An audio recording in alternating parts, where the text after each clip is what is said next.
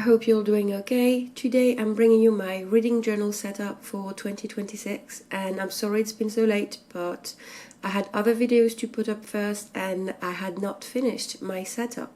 And I'm starting the video with the unboxing of my new journal. It's a journal from Hemlock & Oak, which is the same brand I used from my previous journal. I bought another one of their blank sketchbooks and I'm very sad because it seems they're not selling them anymore. Already to buy this one was a bit difficult because the blank notebooks category was not listed anymore and I had to find the few remaining copies somewhere tucked away on the website. So I'm not sure if they just stopped doing it or if they're revamping it, but I just hope they do them again for when I'm looking for a next journal, because I find dot grid pages really tiring to look at. There's so many dots and I don't want another line journal, which was my first and second reading journal, because I like the way that stickers and illustrations blend on a white page. So yeah, and I would recommend the brand Hemlock & Oak. This is not sponsored, this is just me trying out two of their notebooks. This is a Canadian brand made in Canada. It's in fact a brand from British Columbia where I live, so this feels even more special. And I decided to do the same thing as I did for my previous journal for the cover page. I used a Marigona Sully sticker, and I had not planned on having the sticker be the same color as the cover because I don't think I cared about that for my previous journal.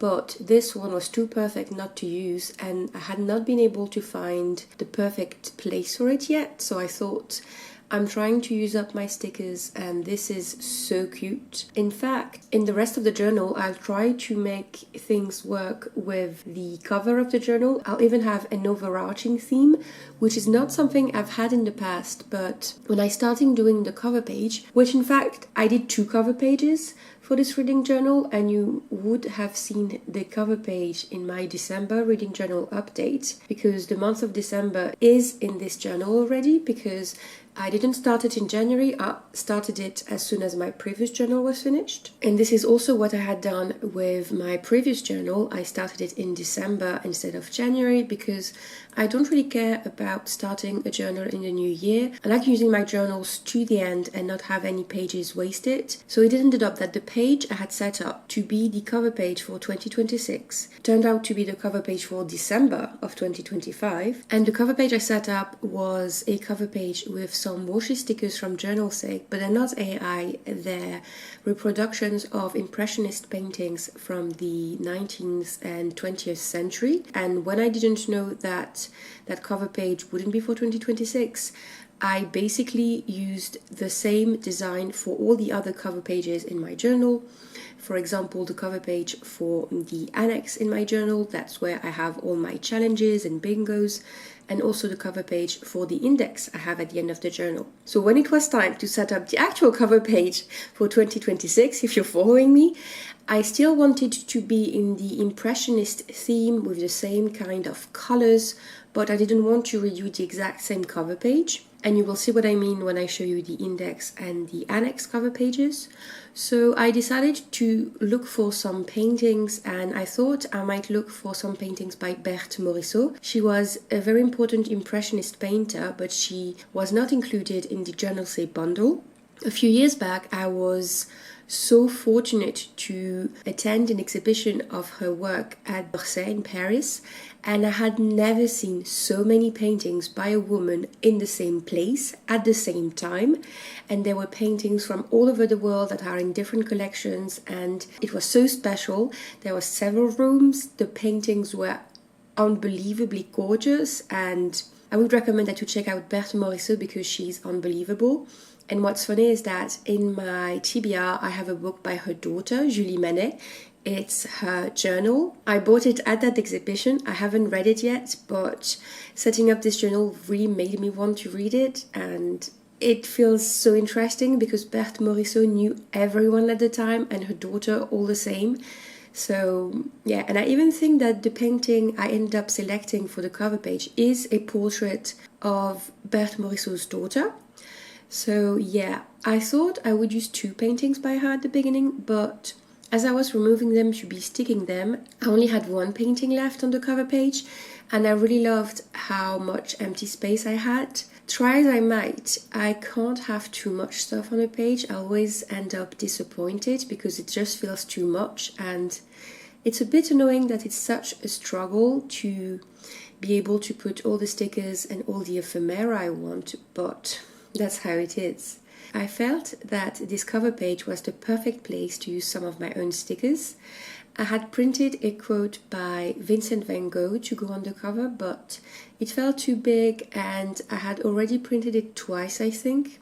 So I didn't want to have to fiddle with my computer again, and I used one of my quote sticker sheets. And it's not an impressionist quote, but it's about women, and it says, "Well-behaved women seldom make history," and I think it really applies to Berthe Morisot because she was, as usual, erased in favor of her male colleagues when she had been such a founder of Impressionism. And I also wanted some green, so I used some of those PET stickers from Journal Say. Every time I'm doing a vintage inspired collage, I'm so happy to be using my own postcard stickers because I think they go very well with anything, and I just feel so relieved when I can use my own stickers when I know they're not AI. To be honest, I did those stickers for myself and then put them on my shop because I thought if I enjoy them, someone might enjoy them as well.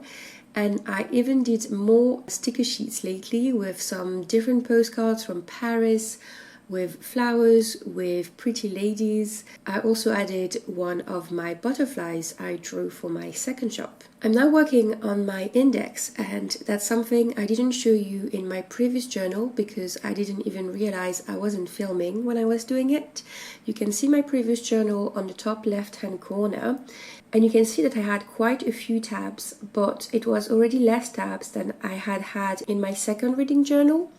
My second reading journal was by Locterm, and it was already set up. There were like 4 pages per set of letters, which I thought was too much. So I had reduced that, but I realized that because I make spreads worth 2 pages or even 4 pages sometimes, I don't need even what I had set up. So this time around, I decided to have less index pages. So I wouldn't have a page for A, B, C, but a page for A to F, I think, and so on and so forth. And I think this is going to be fine because I've eliminated the headers for each page because I will have the letters on the right. And also I'll have the back of the page. Because this is a blank journal, I have to use my ruler to try to make perpendicular, wow, how do I say that? Okay, so I can make straight lines. I have to use my ruler and be very thorough because there's nothing I hate more than a wonky line. And it's a bit annoying at times to have to draw so many lines when I don't have any references on the page. But I think it's worth it because initially I had bought another journal for 2026. All during 2025 I had been annoyed with the fact that I had to draw so many lines to be sure that everything was straight. And I had bought a journal, I think by Tifosi. But when I received it, I was quite disappointed because I went from a local brand made with care to something that seemed to have been shipped without much care, and the quality was not on par with the price I felt. So I was really glad to go back to Hemlock and Oak, and obviously I'll use Tifosi journal for something else, but I was really happy to go back to Hemlock and Oak. And I had first set up the letters on the right with some washi tape and a marker, but I didn't like how busy the washi tape made everything feel. So I printed those letters and I cut them out with my cutting machine. I chose the colors so they would go well with the cover page I'm going to show you now and the general color of the journal. They're a bit too big for the spaces, even though I hadn't measured them. But I was not in a mood to print them and cut them again. And I can easily lift them from the page if I change my mind and I end up printing something else from my cutting machine and I just can't stand anymore the letters being a bit too big. What I did with the stickers for the cover pages in that journal is to make a grid of them. And for this cover page and the annex, I didn't do the whole page because this was quite tedious and At that point, I didn't have a lot of those painting stickers left, so I wanted to save them to have enough for both cover pages. Now I've received a care packet from home and I have more of those stickers, so I might reuse them in the journal again. I just find the washi material so satisfying because it blends so well on the page, and the colors of impressionist paintings by Monet, Van Gogh, or even some Degas. I'm not sure if you can qualify Degas as an impressionist, but I won't show you all the cover pages processes because it's a bit tedious.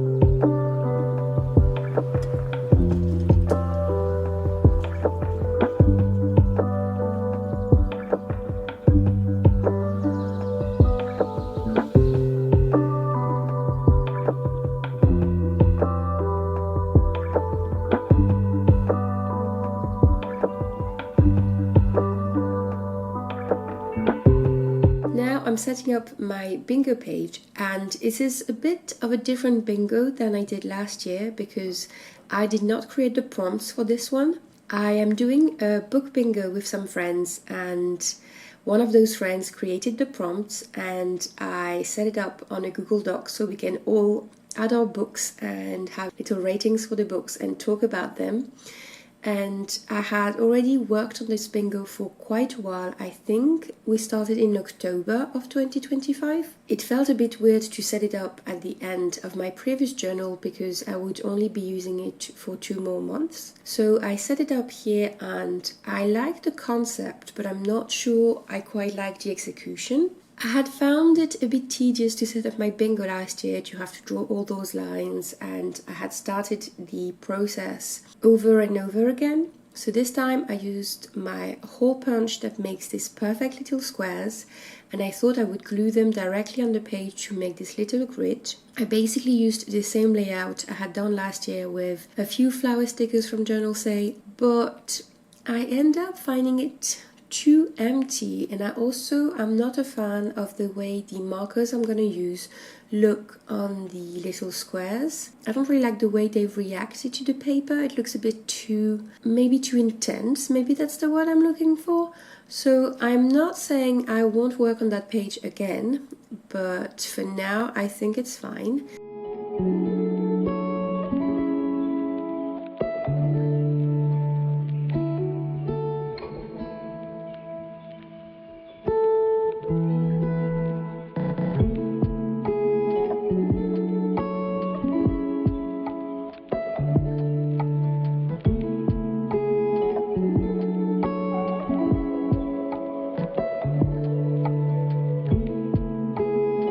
I was able to use a bit of washi tape to have under the title of the book bingo, and I feel super proud because usually when I want to use a bit of washi tape just to decorate like this, I end up thinking it's too much, like in the index, and I remove it. But this time around I like it, and I know it's so silly to be so incapable of using washi tapes in my journal, but my brain is like, yeah, moving continents, that's a great idea. Using washi tape in your journal? Okay, hold on for a sec, that seems a bit dangerous. And I am coloring the squares before writing the prompt because I have the bingo on my computer in front of me as I'm doing it, and I know that I might smudge the writing on the squares if I write them beforehand, because I won't be patient enough to wait to color them in, because having the colored squares is so satisfying. So I wanted to color in the squares that I had already completed before writing down the prompts. And maybe you can see what I mean with the colors right now.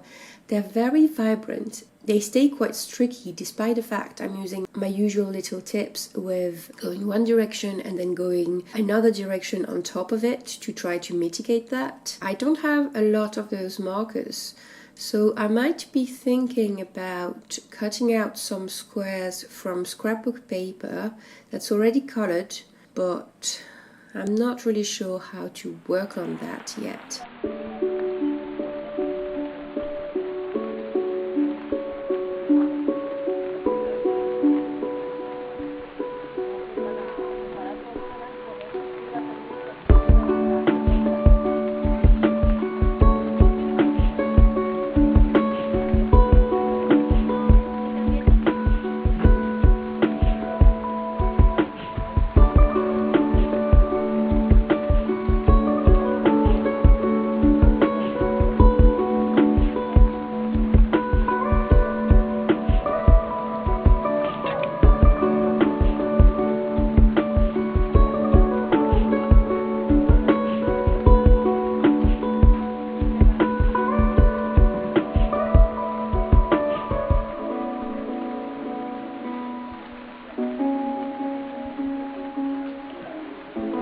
The different prompts in this bingo are basically about the genres of books we wanted to read, and it's been nice because a lot of them corresponded already to what I usually read, but some of them are going to be a bit of a challenge because there's poetry, self-improvement, biography, science and ecology, and I don't mind reading poetry, I just don't have any title I'm thinking of at the moment. The ones I'm going to have trouble with is science and ecology because it's bloody depressing to read about science and ecology, I think you'll agree, and I'm not really interested in self-improvement, and I don't end up usually reading biographies. So if you have any titles you think would work in those categories, please let me know. And this is the end of the video already. I didn't set up more in my journal because I had so many plans when I first started working on that journal. I think it was in October of 2025, but a lot of things happened. I did not do my journal as early as I thought, and it became a bit overwhelming to think about all the stuff I had yet to set up to start using my journal. So the compromise I decided was to not set up anymore and just start using the journal. And if during the year I want to add more things, I've left myself pages to have more challenges in the index, and I'll be sure to show you. I hope it's still a satisfying video to watch. Let me know if you've set up a reading journal for 2026 and what you've put in it, because I'm so curious and I love watching journal setup videos. So thank you for watching, and I'll see you next time.